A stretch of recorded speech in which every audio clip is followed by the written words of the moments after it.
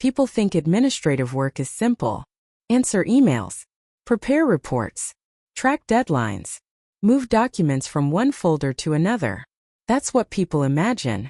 Nobody sees the actual work. Nobody sees that half of business is remembering things before they become problems. My name is Sarah Bennett. I'm 60 years old, and until 8 months ago I had worked at the same consulting company for 36 years. Officially, I was Senior Client Operations Coordinator. Unofficially, I was the person people called when they needed something fixed but didn't know who should fix it. I joined the company at 24. Fresh out of university. Small office. 7 employees. 2 rooms. No air conditioning. Back then everything was paper. Client folders. Manual billing. Physical signatures. I stayed because I liked helping people. Not in some dramatic way. I just liked making things easier. Our company worked with small businesses. We handled administration, payroll coordination, reporting, contracts, compliance tracking, things business owners never had time to do. Most clients stayed for years. Some for decades. And over time relationships changed. We stopped feeling like a vendor. We became part of how they operated. That mattered. I built my entire career around that idea. By year 10 I knew most clients by name. By year 20 I knew their businesses. By year 30 I knew which ones pretended everything was fine when cash flow was collapsing. You notice things after enough years. People trusted me. Sometimes too much. They'd ask for me directly. Not because I had authority. Because I remembered details. A client would say, "Sarah, last year you told us not to rush that expansion." Or, "You warned us this supplier would become unreliable." I wasn't smarter. I paid attention. That became my habit. Document everything. Follow up. Ask questions. Understand context. That habit made my workload enormous. Officially I managed 32 accounts. Reality, closer to 50. Because people shared clients. Someone took leave. Someone missed deadlines. Someone didn't understand a case. Eventually work landed with me. I rarely complained. That became another mistake. 3 years ago leadership changed. Founder retired. His daughter became CEO. Claire. 42. Very educated. Very efficient. Very focused on growth. First she seemed reasonable. She wanted modernization. Better systems. Faster turnaround. Nothing wrong with that. Then she hired new department managers. That's where things changed. One of them was Jessica. 31. Operations manager. Very confident. Loved phrases like, "We need scalability. We should standardize behavior. Client dependency is unhealthy." That last one became her favorite. She said it during meetings constantly. Clients shouldn't depend on individuals. Processes should create consistency. Again, reasonable. Until reality gets involved. Jessica became my manager. First month she seemed polite. Second month she started correcting small things. Third month she began explaining my own job to me. "Sarah, you spend too much time communicating. Sarah, don't customize responses. Sarah, use templates." One day she stopped by my desk. "You had 42 client calls this week." "Yes. That's inefficient." I looked at her. "My clients call." She smiled. "That's exactly the problem." I didn't understand. She explained. If relationships depend on one employee, the business becomes vulnerable. I remember thinking, that sounds correct in theory. Then I asked, "So what should clients do?" She answered instantly, "Trust the company." That sentence stayed with me. Because clients don't trust logos. They trust people. Weeks passed. Jessica introduced performance metrics, standardized communication, average handling time. Every week she showed dashboards, shorter calls, more tickets closed, better efficiency. Everything looked better. But employees started complaining. People rushed conversations, stopped asking questions, stopped helping each other. Clients noticed. One client emailed, "Why does everyone suddenly sound scripted?" Another asked, "Is Sarah unavailable?" I ignored it, adjusted, adapted. Then one Friday evening Jessica stopped at my desk. She looked at my timesheet. 27 hours overtime. I nodded. Month-end reporting. Client transitions. Normal period. She frowned. That's excessive. I explained. Part of it was helping newer employees. She crossed her arms. That's not your responsibility. I laughed lightly. It becomes my responsibility if the client gets affected. She didn't laugh. She said, maybe that's why you never moved into management. That surprised me. Years ago I had been offered management twice. I declined. I liked client work. She didn't know that. She continued. You work hard but not strategically. Then she walked away. I sat quietly. Not angry. Just thinking. 36 years. And somehow I had become the example of what not to be. A month later things became stranger. Files started appearing on my desk. Small things. Corrections. Reviews. Cases assigned late. Questions that should go elsewhere. Nothing dramatic. But enough to extend my days. Then one evening I stayed until 8:30. Office nearly empty. I passed Jessica's office. She was leaving. Smiled and said, still here. I nodded. She looked at the clock. We really need to work on your efficiency. Then she left. I stood there holding 3 client folders she had assigned to me at 5:45. And for the first time in my career, I wondered whether somebody actually wanted me to fail. I ignored the thought. Until the day I got invited into the CEO's office. Jessica was already sitting inside. And she looked strangely satisfied. The meeting lasted 12 minutes. 36 years reduced to 12 minutes. I knocked. Claire looked up. Jessica was already inside. Laptop open. Printed documents. Prepared. That's never a good sign. Sarah, please sit. I sat. Claire folded her hands. We've completed a departmental review. I already knew. Not logically. You just know after enough years. Jessica pushed a report across the table. Operational efficiency assessment. My name highlighted. Claire spoke carefully. We're concerned about your working model. I looked at her. She continued. Your overtime is consistently the highest in the department. Jessica nodded. We analyze productivity. I opened the report. Hours worked. Client interactions. Completion metrics. Benchmarks. Everything looked official. Then I noticed something. They measured quantity, not complexity. No client retention. No escalations prevented. No recovery work. No relationship outcomes. Just numbers. Claire continued. This isn't disciplinary. Whenever someone says that, prepare yourself. She continued. We believe your position should transition. Transition. Another soft word. I asked, what does that mean? Jessica answered. We'd like you to retire at the end of the quarter. Quiet. No drama. No music. Just silence. I looked at them. Claire continued quickly. This is not performance related. Jessica added. We simply believe the department should move towards scalable operations. I understood. Labor cost. Salary level. Years of experience. Too expensive. Too difficult to replace gradually. So remove all at once. I asked one question. What happens to my clients? Jessica answered immediately. They'll be redistributed. Redistributed. 36 years reduced to redistribution. I nodded. Claire looked relieved. Thank you for understanding. I stood. Then asked.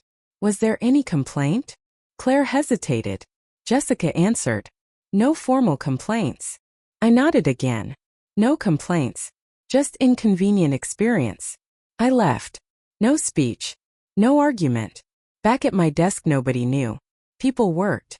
Phones rang. Coffee machine complained. Normal day. I opened my calendar. 32 meetings. Emails. Deadlines. Client follow-ups. Everything looked exactly the same. I sat there for 5 minutes. Then opened a new document. Transition plan. Not resignation letter. Work transfer. If I was leaving, I would leave properly. That became my final project. People noticed slowly. A junior coordinator asked, why are you documenting everything? I smiled. Because someone should be able to continue. I spent 2 weeks creating handover files. Not manuals. Actual context. What clients worry about. Which reports create confusion. Who prefers calls. Who hates surprises. What deadlines matter. Patterns. History. Things systems never capture. I scheduled goodbye meetings. Not emotional. Professional. Client by client. Most reacted the same way. You're leaving. Yes. Why? Company decision. Awkward silence. Then, well, who takes over? That question repeated constantly. I answered. Most nodded politely, but something felt strange. People asked follow-up questions. How long has your replacement worked here? Do they know our structure? Can we still contact you? I answered carefully. No drama. No politics. Just facts. One client said something unexpected. A manufacturing owner I'd worked with for 20 years. He laughed softly. You know, Sarah. I looked up. He continued. We never stayed because your company was cheapest. I smiled. We appreciate that. He shook his head. No. Then pointed. We stayed because when things went wrong, you answered. I didn't respond. I just wrote notes. By my last week, the office atmosphere changed. People knew. Nobody said much. But coworkers stayed at my desk longer. Asked more questions. Started documenting more carefully. One afternoon, Michael from compliance sat down. He looked uncomfortable. Can I ask something? Sure. Did you choose to leave? I looked at him. Then answered honestly. No. He nodded slowly, like he already knew. That evening, Jessica passed my desk. She looked at my handover binder. Actually looked impressed. She said, "This is very thorough." I smiled. Clients deserve continuity. She nodded. Then added, "This should make transition easier." I looked at her. For some reason, that sentence bothered me. Like she thought the work was transferring, not the trust. My final day came quietly. No party. No speech. Small cake. Some awkward smiles. Claire came down. Thanked me publicly. 36 years. 3 minutes. People clapped. I thanked everyone. Packed my desk.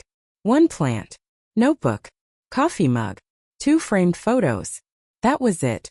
Before leaving, I sent one final email. Subject. Thank you. Short. Professional. No bitterness. I left at 5:14. Walked outside. Sat in my car. Started the engine. Stopped. Looked back. Then drove home. First Monday after leaving. I slept late. Made coffee. Opened a book. Peaceful. At 10:23 my phone rang. Company. Ignored. 10 minutes later. Again. Then Jessica. Then Claire. Then office line. At 11:04, I answered. Claire's voice came immediately. No greeting. Just, "Sarah, we need to talk." Her voice sounded different. Not confident. Not prepared. Just tired. Then she asked a question I didn't expect. How many of your clients did you actually manage? I almost laughed. Not because it was funny. Because after 36 years, that was the question. Not, how are you? Not, are you okay? Not, did we make a mistake? Just, how many clients did you actually manage? I took a sip of coffee. At the end, Claire stayed silent. I answered. Officially 32. She waited. I continued. In reality, somewhere between 50 and 60. Silence. Then she asked quietly. How? I looked out the window. The same way things usually happen. People leave. People get overwhelmed. Clients ask for someone familiar. Problems become urgent. Work gets absorbed. Nobody notices because things keep moving. She didn't answer. Then she said, "We have a situation." Of course they did. I asked, "What happened?" She exhaled. Then started listing things. Clients requesting reassignment. Clients refusing standardized onboarding. Complaints about response quality. Deadlines missed. Employees escalating issues. Several companies asking specifically whether I had left permanently. None of that surprised me. What surprised me was that she sounded genuinely confused. She asked, "Why would clients care this much?" I answered honestly, "Because business isn't administration." Silence. Then she asked, "Can you come in?" I thought for a second, then said, "No." Long pause. She sounded surprised. "You won't help?" I smiled slightly. "I already did." Then I ended the call. I spent the next few days doing absolutely nothing important. Walks, reading, cleaning, lunch outside. Normal life. Felt strange. No notifications. No deadlines. No remembering 10 things at once. By Wednesday my phone rang again. This time Claire asked if we could meet for coffee. Not office. Coffee. I agreed. Not because I wanted to return. I was curious. We met Friday morning. She looked exhausted. No makeup. Dark circles. Laptop open. Immediately she said, "I owe you an apology." I waited. She continued, "I thought we were removing inefficiency." I stayed quiet. She looked embarrassed. "We removed context." That was the first honest thing she'd said. She explained. Client satisfaction dropped. Employees overloaded. Jessica had reassigned accounts evenly, but evenly ignored complexity. People followed manuals. Clients became frustrated. Employees became stressed. Internal collaboration slowed. Nobody understood why some situations escalated. Claire looked at me, then asked, "What were you doing differently?" I thought, then answered, "Nothing dramatic." She frowned. I continued, "I remembered people." She looked confused. So I explained.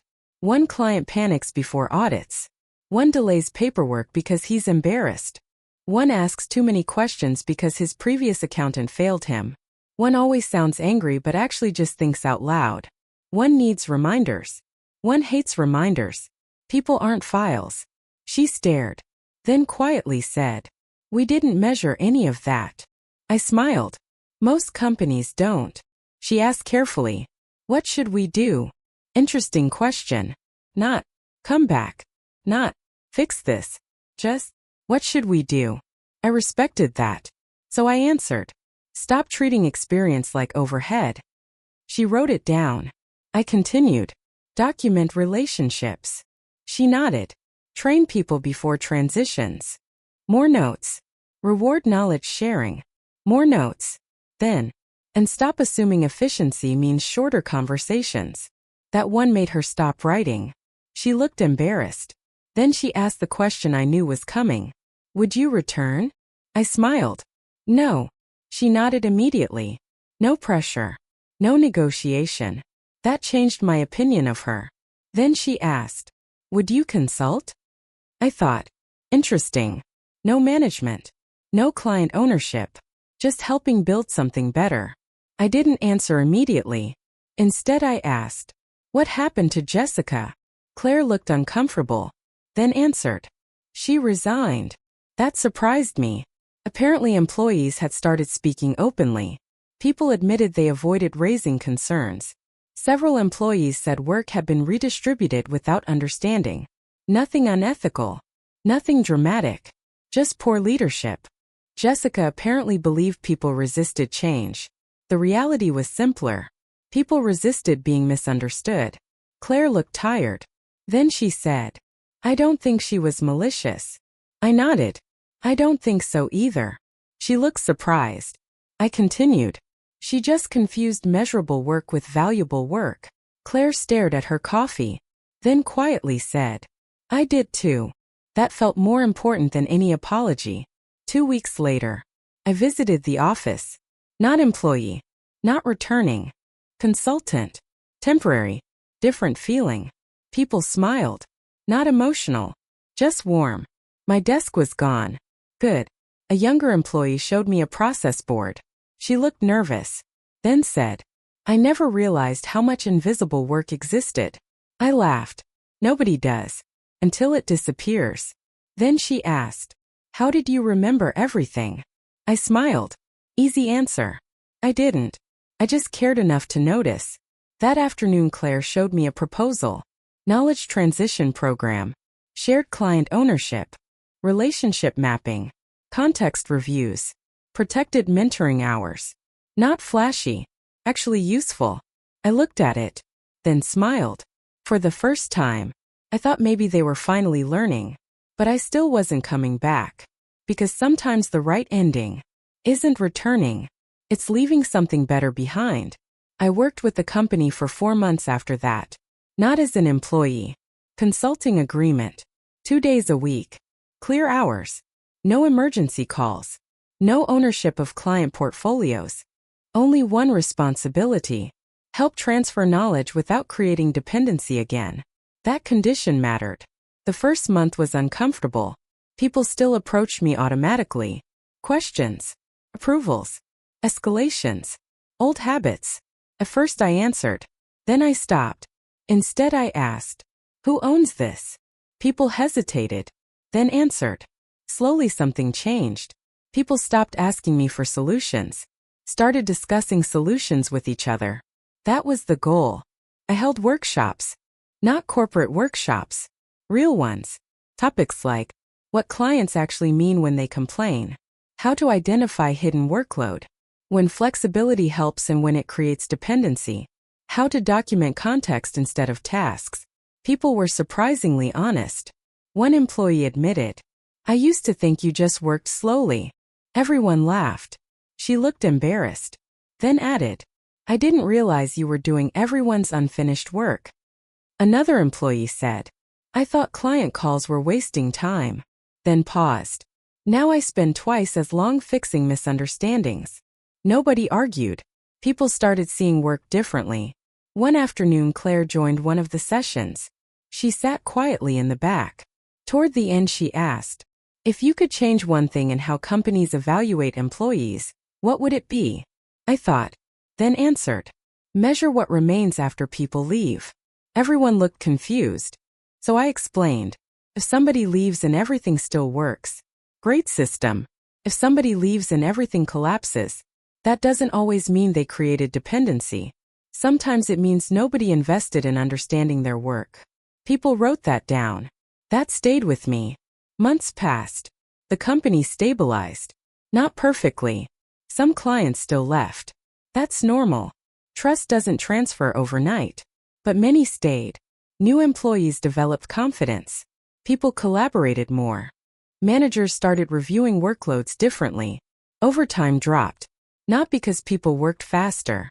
Because work became visible. One Friday Claire asked me to stay after a meeting. She closed her laptop. Then handed me something. Old paper. I looked. My original employee file. 36 years. Performance reviews. Promotion recommendations. Notes. There was one document highlighted. Internal candidate recommendation. Department director. 21 years ago. Declined. Another one. Operations executive. 14 years ago. Declined. Another. Client strategy lead. 9 years ago. Declined. Claire looked embarrassed. She said, my father left notes. I opened them. Short sentences. Sarah understands clients. Sarah protects people. Sarah sees problems early. Promote if she wants it. One note made me stop. Do not lose her. I laughed quietly. Claire smiled awkwardly. Then said, I think he understood before I did. I closed the folder. Then pushed it back. She looked surprised. I smiled. I know.